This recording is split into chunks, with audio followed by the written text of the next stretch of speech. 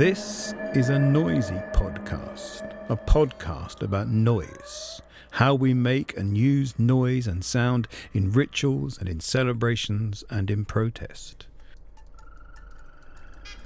It's a rumpum scrumpum revelling in the sound of celebration. This is an expressive noise, the sound we hear at weddings, birthdays, sports matches, funerals, and the noise we make at protests and demonstrations. Noise is at the heart of how we celebrate, part of what historian David Cressy calls the vocabulary of celebration. The firing of cannons, the banging of pots and pans, blowing horns and shaking rattles, the blare of an outdoor band, the percussion of fireworks and the roar of the bonfire, all of these are sounds that help us mark the seasons, special times and special places. And noise is at the heart not just of how we celebrate, but also of the debates and arguments over who we are and how we should behave or misbehave. We can hear this delight in sound in 3 passages. The first is about Guy Fawkes Night in 1860 and from the penny illustrated paper. An extraordinary demonstration was made by the fire brigade. A procession started from the chief fire station in Watling Street. In front were some firemen wearing helmets, dressed in their usual uniform and carrying branches of the engines in their hands. By repeated blowing through the pipes, they made a noise such as that which was heard at Bartholomew Fair. They were playing the fire hoses like giant trumpets. The second is an account of the last tram from Woolwich in 1952 in the Manchester Guardian. The journey from Woolwich to New Cross of the last tram was incomparable.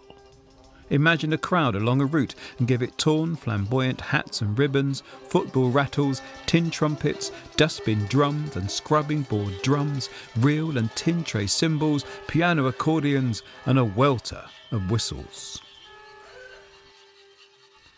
The third is Charles Dibdin's description of another bonfire night, this time in Lincoln in 1788.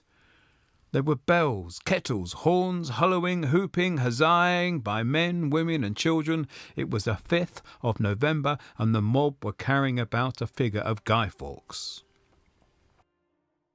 Noise is a scarifier. It frightens off bad energies and is a key part of the ritual of exorcism.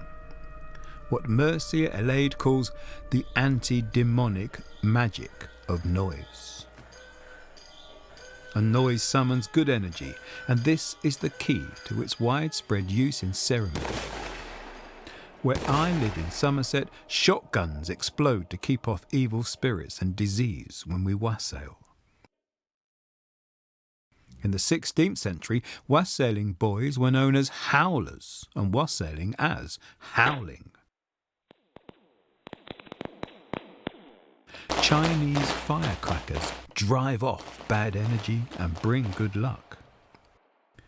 Medieval bells were holy and were baptized before being hung. They had a mystic potency and ability to clean the air and drive away devils. As David Cressy says, in early modern England it was still a popular belief that the spirit world could be intimidated through noise. Bells were rung to fight off thunder and lightning. This is an inscription from a medieval bell. I praise the true God, call the people, assemble the clergy, toll for funerals, subdue the thunder flash, mourn the dead, drive away plague, and beautify festival. We make seasonal noises. Ships' horns and fireworks resound at New Year. In 1811, the Reverend William Holland described a Whit Monday in Nether Stowey. The town was very lively. On top of Castle Hill was a glorious bonfire and music. They attempted squibs and crackers in the town, but old Mr. Symes, to my great surprise, ran after and collared one man and put a stop to it. But they had a cannon on top of the hill which they fired often.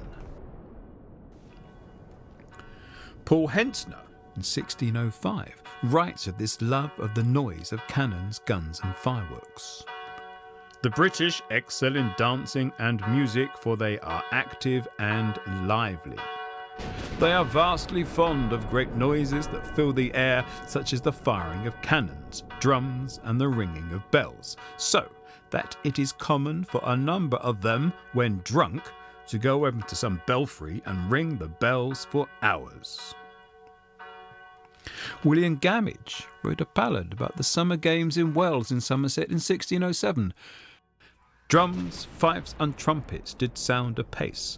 The countryside held no disgrace. Into our town to make resort, to hear the cannon roar.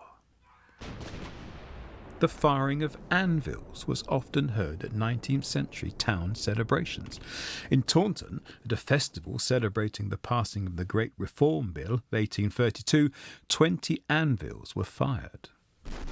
2 anvils are used. One is a base, placed upside down, and the other one, known as the flyer, on top. The space between is filled with black powder.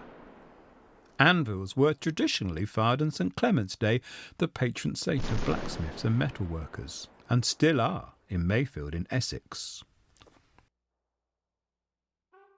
Whitmunday and May Day have their own seasonal noise, whit horns and May horns, a tradition found in Witney and Wychwood, in Penzance and Norfolk.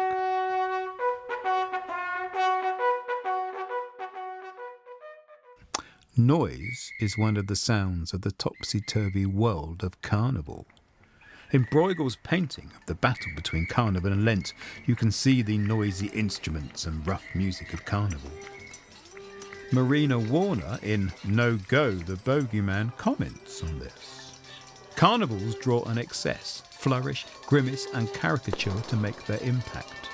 They deploy giants, mannequins and masks, scarecrows and bugbears. They unfurl banners, wave placards, brandish staffs, explode fireworks, bangers, crackers, band rattles and drums.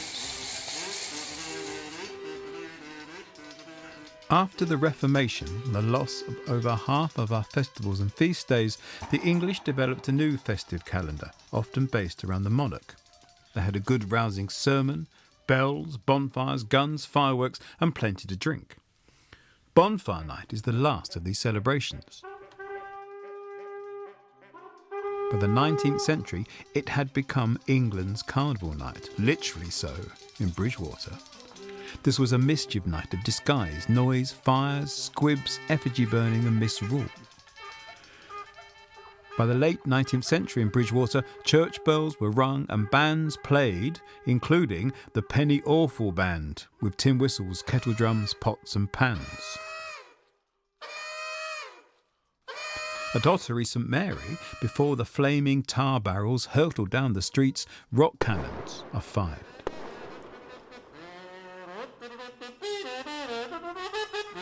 Noise dries off bad luck and brings good luck at personal ceremonies. That's why we tie cans to the back of wedding cards. It's a remnant of the rough musics that marked the ceremony. A rough music still heard in the Chivary, heard in the United States and Canada. In Dombey and Son, Dickens describes the wedding noise and the shenanigans that accompany it. The men who play the bells have got scent of the marriage. And the marrow, bones and cleavers too, and a brass band. Marrow, bones and cleavers were a butcher's tradition. Each cleaver was ground so it could ring. Often a complete band would consist of 8 men with their cleavers so tuned. They would offer their services for marriage ceremonies and provide music until the requisite fee was forthcoming. If their services were declined, they would turn up anyway and make things very unpleasant. Marrow, bones and cleavers were heard in parades, dances, hustings, rough musics and charades. On birthdays, we blow buzzers and horns again for good luck. At funerals there were bells and fusillades. A special bell was once rung to mark someone's death, for whom the bell had tolled the death knell. In Pembrokeshire, trouncing was a funeral rough music at a wake to drive away evil spirits.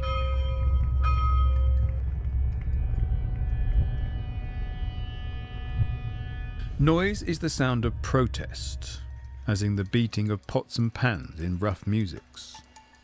A rough music is a community protest, also known as a skimmington, low-belling, rustleting, rantanning and riding the stang. The word skimmington comes from the ladle used in Somerset cheesemaking and was first heard in riots against common land enclosures in the early 17th century. Rough music is the term generally used in England to denote a rude cacophony, with or without elaborate ritual, directing mockery or hostility against individuals who offended certain community norms. It was noted as the harmony of tinging kettles and frying pans in R. Cottress's A Dictionary of the French and English Tongue in 1611. In the 18th century, it was often a misogynist ritual against what were regarded as assertive women. But by the 19th century, it railed against wife beatings, child abuse, uppity vicars, land enclosures, infidelity, and was used by strikers. Thomas Hardy describes the instruments of the rough music in The Mayor of Casterbridge. With the din of cleavers, tongs, tambourines, kits, crowds, humstrung serpents, rams' horns, and other historical kinds of music. But then pots and pans were bashed in the anti-capitalist protests earlier this century. The casserole protests, or caceroloso, heard in South America, Canada, Spain and Portugal. In fact, they were first recorded in 1971 in Chile against the shortages under Allende. But rough music is also a musical form, noise as comedy. At the court of James I and Charles I, rude music regularly featured in court entertainments as part of the satiric anti-masque. In Henry Curley's burlesque, Chronon Hoton Phologos, the stage directions read as follows. A concert of rough music, viz. Saltbox and rolling pins, gridirons and tongs, sow-gelders' horns, marrow-bones and cleavers, and co. He wakes. Cron. What heavenly sounds are those that charm my ears? Sure, 'tis the music of the tuneful spheres. In 1672, a grand London pageant displayed, in the midst of much else, several kitchen musicians that play upon tongs, gridirons, keys, and other such confused music. This recalled Big Joe Williams singing about kitchen music in his classic Shake, Rattle and Roll. Get out of that bed, wash your face and hands. Well, get into that kitchen, make some noise with the pots and pans. By the 18th century, rough music had become a burlesque genre in the pubs of London. An ode to St. Celia's Day, adapted to the ancient British music, which was published in 1749 by Fustian Sackbut, gives praise to those truly British instruments, the saltbox, the Jew's harp, marrow-bones and cleavers, and bladders and string. Mr. Sackbut's real name was Bonnell Thornton, and he and the poet Christopher Smart often performed at the Ranelagh Pleasure Gardens. The salt box was literally that, a wooden box in which soup was held and you banged the lid. Rough musics were part of the Teddy Row ritual in Sherborne on the eve of the Pack Fair. They were stopped in the 1960s, but you can still hear the Tin Can Band playing at Braunton in North Hants before Christmas. The recent Thursday Clap for Carers had this rough music element too, as people bashed pots and pans and made other noises on their doorsteps. You can hear this delight in noise and sound in Ian Raw's book Honk, Conk and Squawk It, a compendium of fabulous and forgotten sound words. In there, you find other words for rough musics, including badger band, choice riot, shalal, stock and horn. Other choice noise words include brattle, callithump, clanjandering, hammergag, rumpum and scrumpum. This comedy of noise continued into music hall, circus and clowning.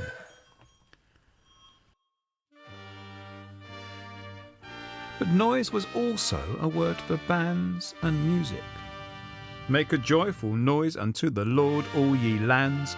Serve the Lord with gladness. Come before his presence with singing. In Tudor Exeter, it was the duty of the waits or civic musicians to attend to the mayor for the solacing of him and others with their noises and melodies. Sound your instruments of joy.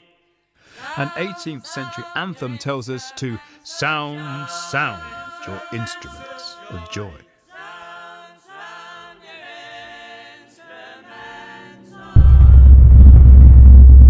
But noise is Janus-edged.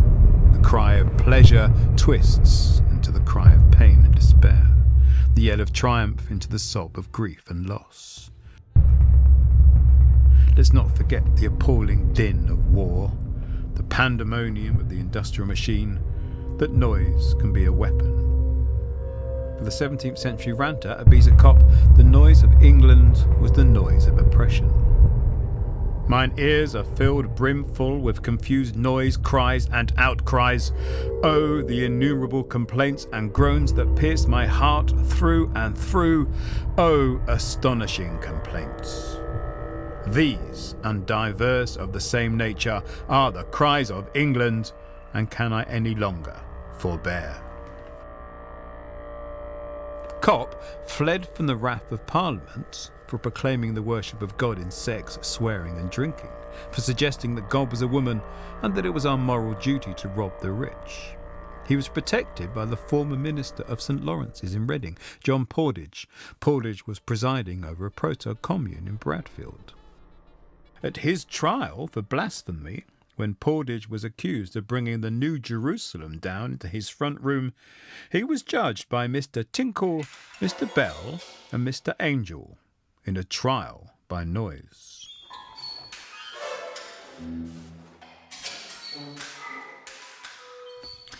There have been many battles over the noise we make. There were Elizabethan laws against minstrels. When Parliament won the Civil War against Charles I, a whole noisy celebratory culture was banned. In 19th century London, it was like WOMAD on the streets. They were full of German bands, French hurdy-gurdy players, Italian harpists and Ethiopian serenaders. In 1850, a number of prominent London-dwelling Victorians, including Charles Babbage and Dickens, argued for a bill against these street musicians and their foreign noise. Later in the century, the Skeleton Army noisily harried Salvation Army bands in a battle over drink and temperance. The army was often sponsored by brewers. And then, of course, the Criminal Justice and Public Order Act of 1994, prohibiting collective trespass and nuisance on land, included sections against sounds wholly or predominantly characterised by the emission of a succession of repetitive beats.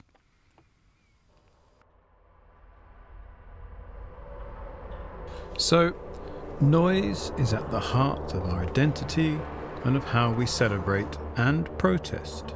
It summons good energies, drives away bad, and glories in its aliveness in the joy of noise. My own love of listening to the ferment and tumult of free improvisation comes from how it makes your whole body an organ of listening, tingling and alive to the change and flow of sound and noise. But as we've seen, noise is multifaceted. It can be liberating, it can be oppressive, polluting and cleansing. As the great historian of noise, Hillel Swartz, says, timeless and untimely, noise is the noisiest of concepts, abundantly self-contradictory. Noise signals a loss of control. It breaks rules. That's why it's a key to the history of music in the 20th century. As Greg Hange comments, from Schoenberg to Stravinsky to Russell to Cage to Hendrix to Merzbow, atonality, dissonance, feedback, distortion, glitch and various shades of noise have done their best to colour and discolour music. Today, we've created a tumult of new technologies to create noise and are surrounded and awash in a sea of noise, information and signals.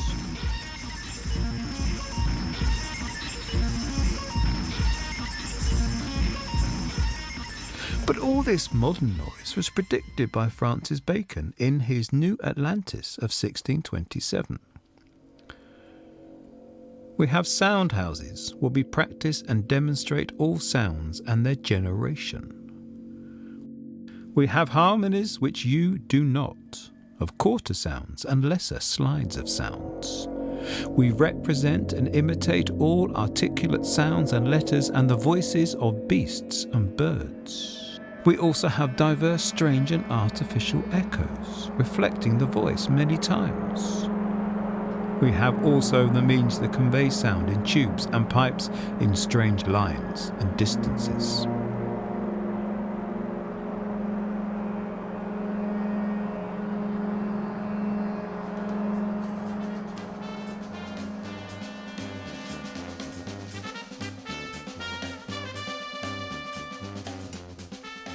This podcast was brought to you by Tim Hill and The Sound of the Streets.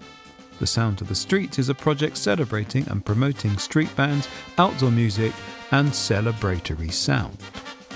We are putting on a festival in Taunton over the weekend of July the 8th, 9th and 10th, running education projects and creating other events in Somerset.